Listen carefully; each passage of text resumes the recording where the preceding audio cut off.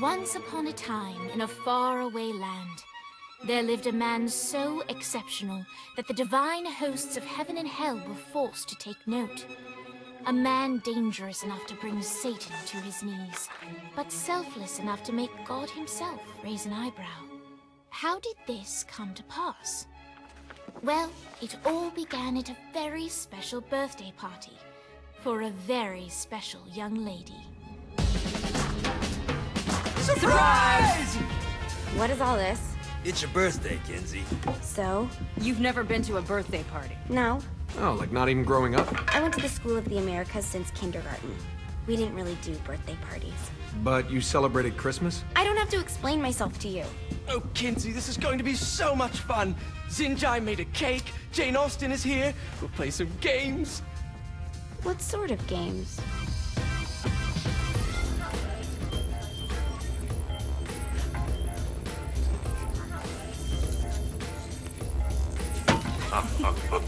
So you celebrate birthdays by trafficking with spirits? It's spooky and fun. It's a bunch of letters. It's tradition. Every slumber party has to involve a spirit board. Slumber party? How's it work? We ask it a question, and the spirit of the board will reveal the answer. How? Yeah, someone pushes the pointy thing to wherever they want. Wait. Can we go back to you and your slumber parties? No time. All right. Everyone put their hands on the cursor. Cursor. I feel the magic already. All right.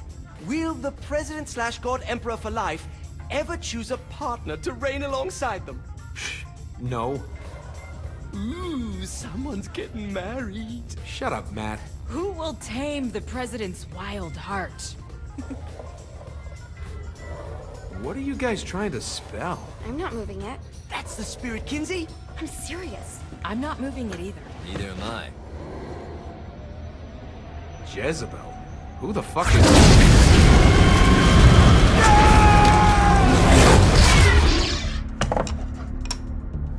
Is that not normal? Where'd you get the board? I was going through Signac's artifact collection and found it there. Who did it belong to? Alistair Crowley? Christ. Guys? I think it's laughing at us. Fuck this. I think you're a smart enough piece of wood to see where this is going. Now, you ready to cooperate? That's more like it. You think we can trust it? It's not like we got a lot of options. So what's the plan? We mount up and go in after the boss? No, I do. No sense in what's left of humanity walking right into a death trap. Someone's gotta live to tell the story. That's a stupid plan, Johnny. I'm leaving you in charge. Hell of a plan, Johnny. Are you serious? I'm coming too. Are you kidding me? How do you plan to come back? Yeah, I try not to sweat the details. You need someone with you that does. No. It's my birthday. Fine. Alright then. You know where my friend is?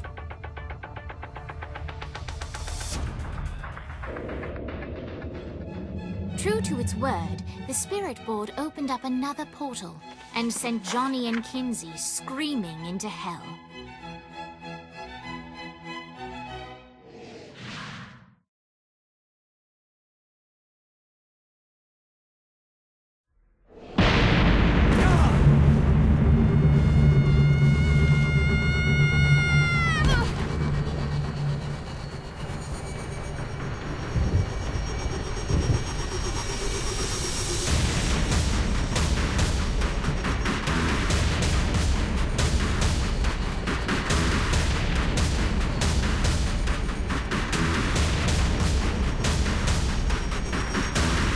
Dane Vogel. Ultor's behind this, I know it. Ultor and the Saints haven't been enemies in years. You really think he's responsible? You don't know him like I do. The boss put him through a window for a reason. The reason was the boss was kind of fucking crazy back then. That's a fair point. You know how much easier this would be if we just found a car? You know how much easier this would be if you just gave me a second? Alright. Now how are we gonna find the Ultor building? Biggest building down here, giant Ultor sign on it. I don't think this is a problem. I'll buy that.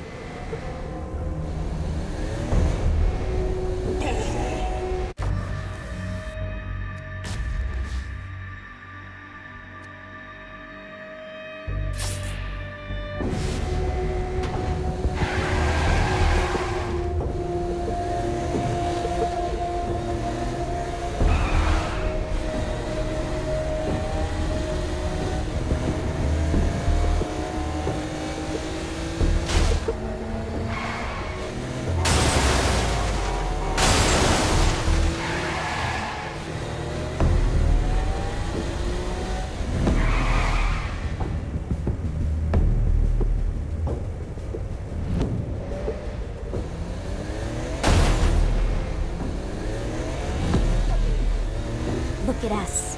Kinzie Kensington and Johnny Gat driving together on a birthday adventure. Are you always this excited? Generally, I'm a misanthrope. I get it.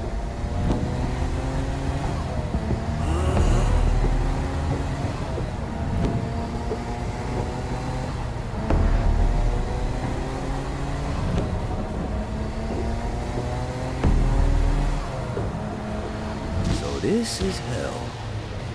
Not as bad as I thought. It kind of reminds me of Steelport.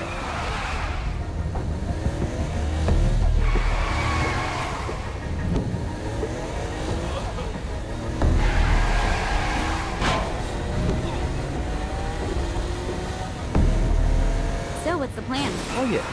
I'm gonna shoot him in the face unless he gives us the boss back. What if Dane doesn't have the boss? I'll probably still shoot him in the face.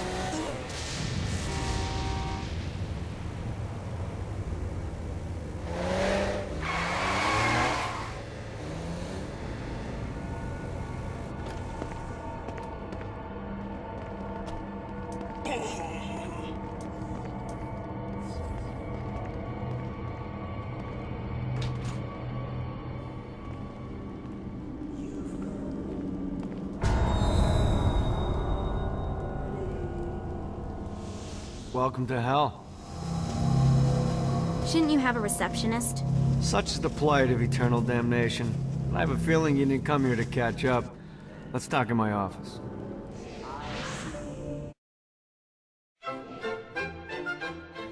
Not even death could stop the enterprising Vogel, who wasted no time in setting up an Ultor branch in the bowels of hell. Dane was eager to fill Johnny in on the ever-shifting politics of land rights in the underworld. But real estate mattered little to Johnny, who only cared where his friend was. Where'd you put the president? I've been trying to explain that. I didn't take them. Bullshit. You expect me to believe you just happened to be the first thing we see in hell? Maybe it's just me, but your thank you sounds more like an accusation. That's probably because he plans to kill you. Okay. I get the trust issues. Can I show you something? The pieces all came together. The president had caused more chaos and destruction than any other in human history. It was only natural that Satan would want them to marry his daughter. They needed a plan, and Johnny had one. I'm gonna shoot the devil in the face. I think you might be skipping some details. No, I said in the face. I like the commitment, but you gotta find a way to get close enough to him in the first place. When's the wedding? I'll just show up And then you'll shoot him in the face. Sorry, but it's a little more complicated than that. These things are tied to the soul. You won't be able to enter without one. So how do we get one? You get his attention. I know some places that are of particular value to the father of the bride. You hit those, you'll get your shot. Wait, why would Satan give out an invitation for destroying his stuff? Oh, he won't, but it should piss him off enough to get him to attack Johnny personally. Either the devil kills Gat and Ultor gets the construction contracts to rebuild what was destroyed, or Johnny kills Satan and I'll have to pay less taxes. It's pretty win-win. That's why you're helping us? To make more money in hell? Hell's what you make of it, sweetie. Works for me. What you got? All right. Satan had entrusted the day-to-day running of hell to 5 archdukes, and Dane knew how to find them all. But beyond that, not everyone in hell was content to go along with Satan's status quo. There were others who shared Dane's ambition for power, and the Ultor mogul knew that the key to unseating Satan lay in gaining their aid. But before Johnny set out to wage war against the Prince of Darkness, Dane had one final gift. An artifact that he had spent fortunes on. Lucifer's cracked halo. This holy relic granted Johnny the majestic wings of the Morning Star. However, he still needed help in learning how to use them.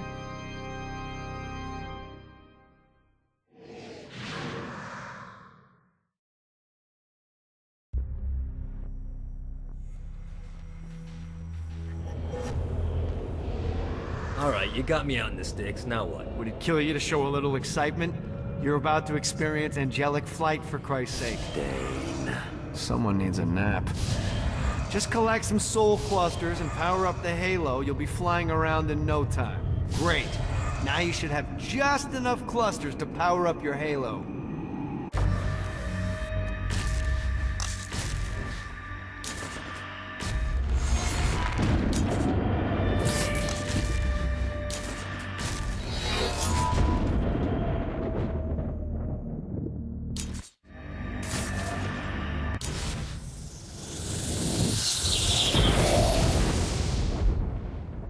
Alright, let's start slow. Try to jump over to that next island. Also, the longer you charge your wings before jumping, the further you'll go.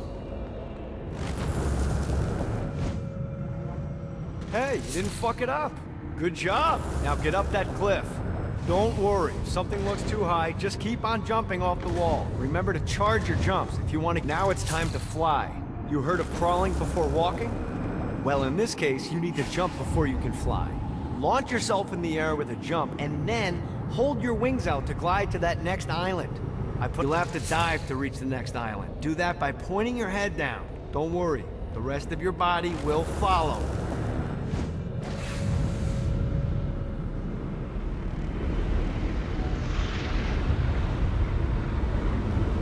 I put a shiny flap orb out in front of you. Collect the orb, and your wings will flap to gain speed.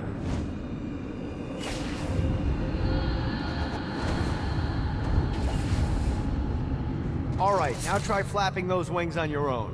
Do a flap on your way to the next island.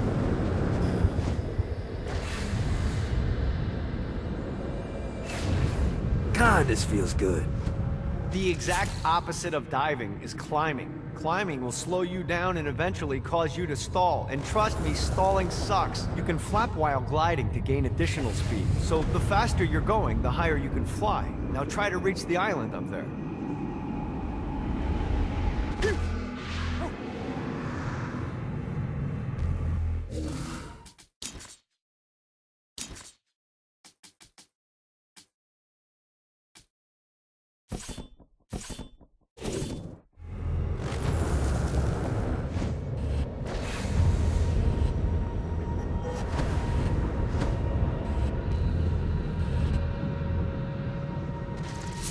Alright, time to take the training wheels off for the final lesson. Flying takes stamina.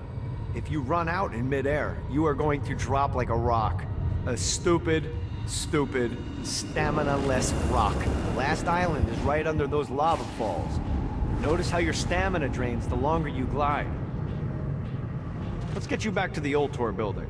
I want to run through all the stuff you can do to hurt Satan. Sure thing. See you soon. Here's the deal. If you want some FaceTime with Satan, you need to get his attention. Now, Satan hates being challenged, so anything you do to undermine his control is good. Fraud, mayhem, shooting demons in the face, anything. You can keep track of Satan's wrath with this handy meter. Get it high enough and you'll be having drinks with Big Red in no time. I've compiled a list of shit to do, so take a look and do whatever sounds fun. Oh, one more thing. We have some potential allies down here. Trust me, you want to impress them.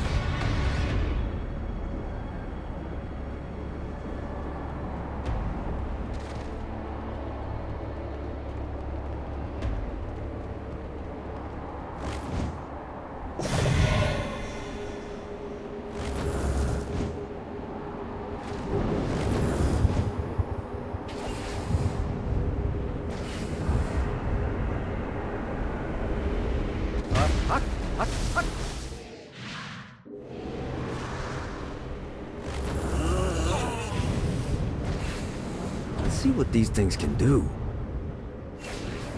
This is bad timing.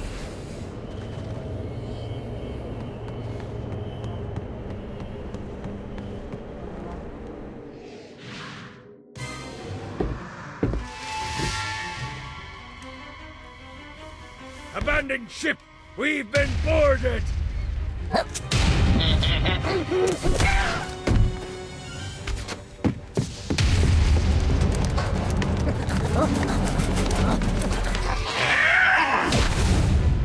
Get these damn things off my ship!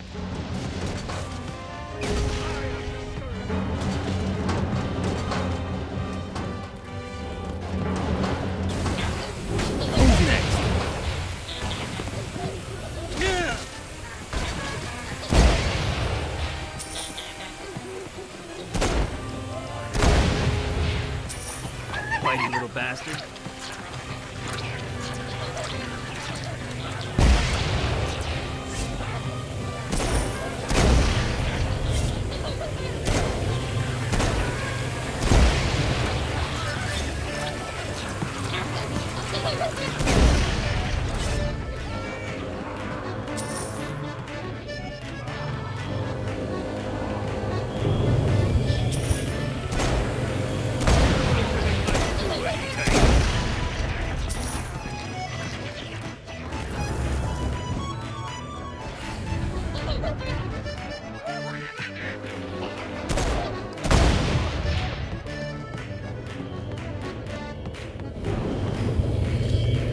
I hope there's not something ridiculous like 100 of these to find.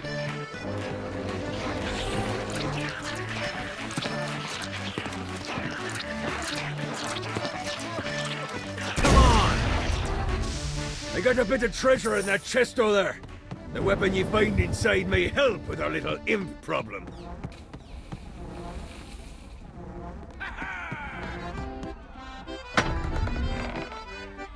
Ooh.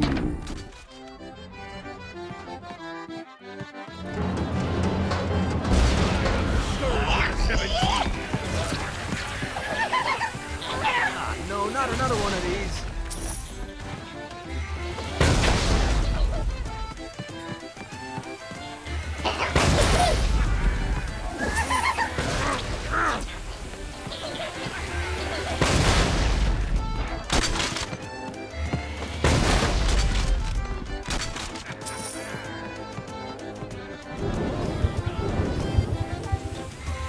I summoned these imps to serve as my crew. I forgot what a handful they could be. Once aboard, they wouldn't listen to their captain. They ran amok in the bowels of the ship.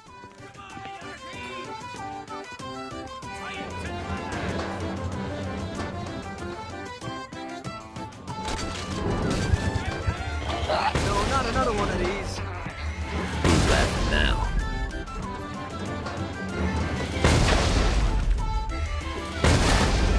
Good God, they're swarming me! Fighty little bastard.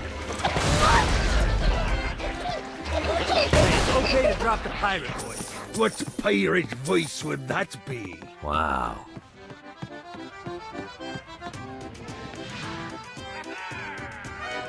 Zinyak's destruction of Earth had a profound impact on the afterlife.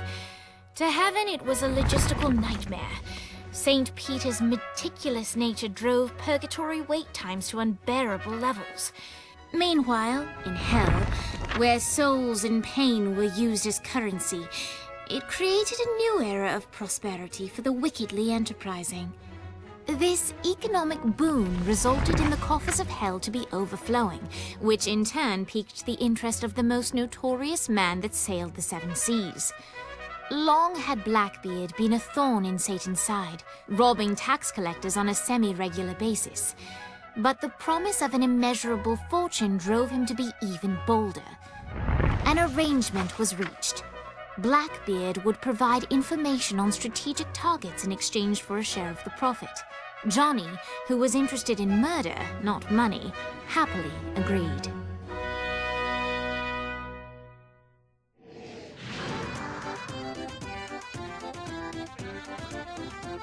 Grant ye the ability to summon my crew whenever they're needed.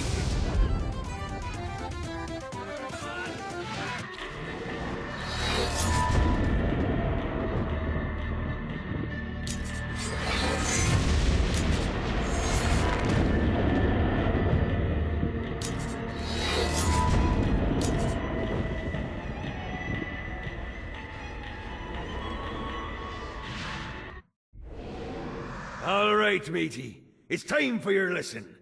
Let's summon me favorite scurvy-riddled hellion, the Imp.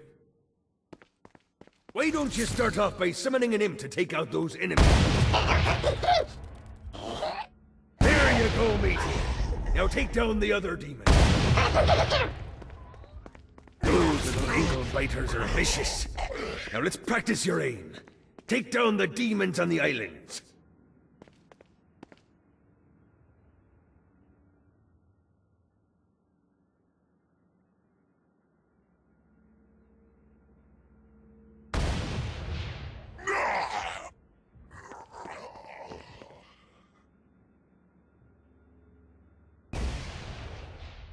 Few things are as rewarding as pressing someone into service, am I right? Now get going! There's a whole wide world waiting to be plundered.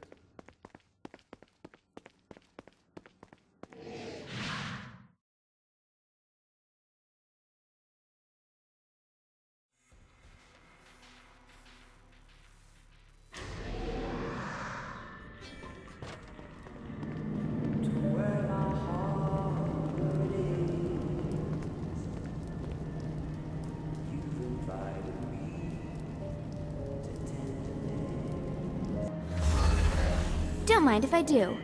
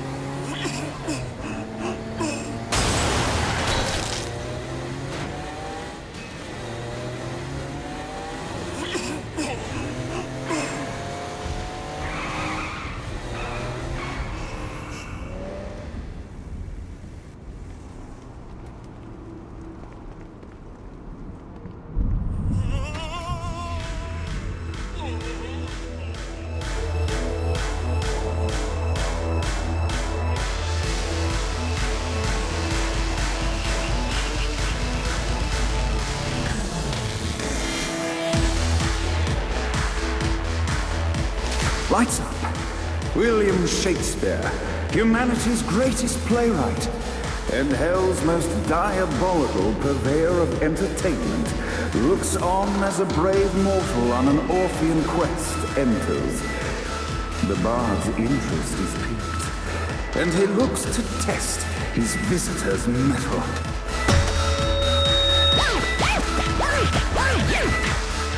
The masked tragedies were used to enemies cowering as they approached. But soon they realized that they faced a foe with courage and nobility, traits uncommon in the fires of perdition.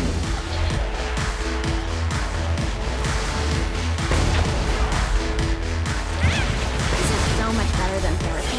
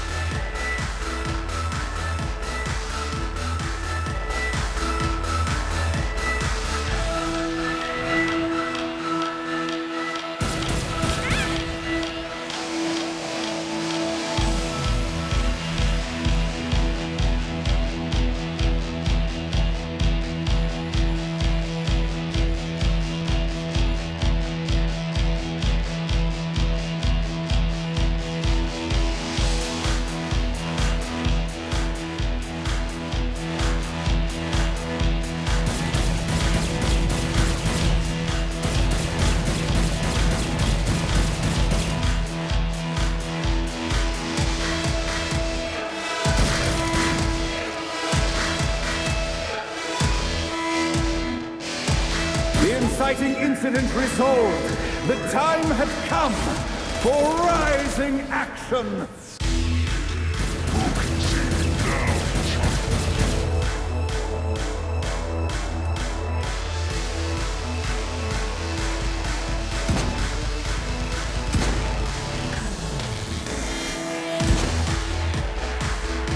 The battle raged on below, and as bullets and blood flew, the bard arched a curious eyebrow.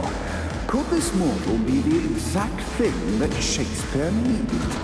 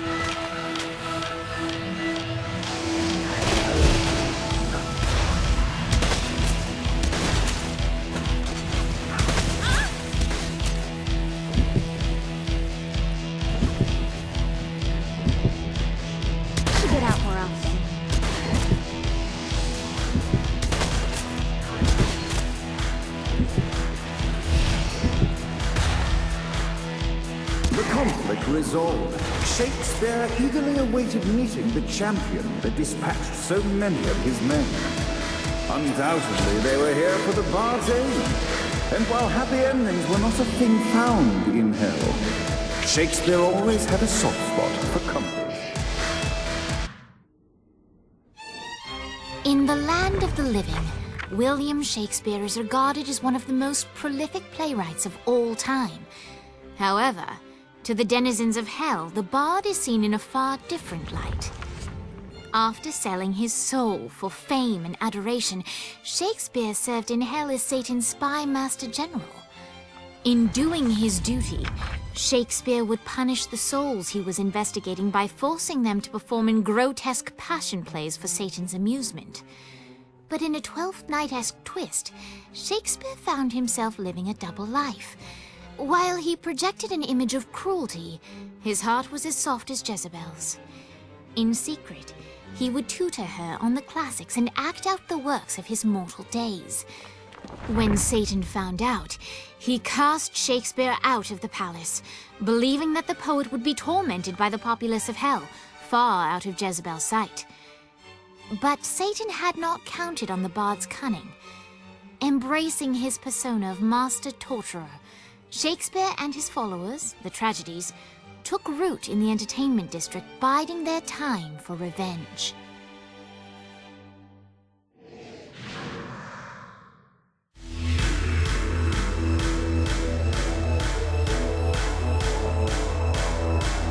So Shakespeare called forth the Deus Ex Machina to bestow our protagonist with the arcane power of Force Stomp.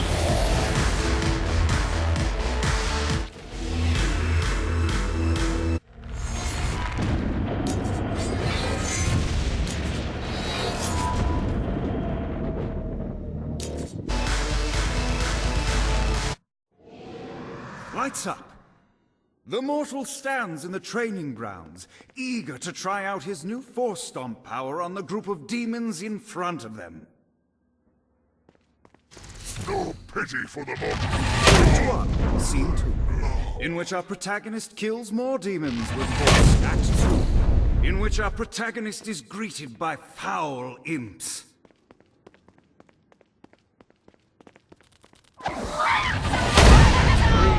In which our protagonist learns that Force Stomp even works on flying enemies, enabling them to remove a Dark Inciter's shield. The day is won, and the curtain closes on our noble hero.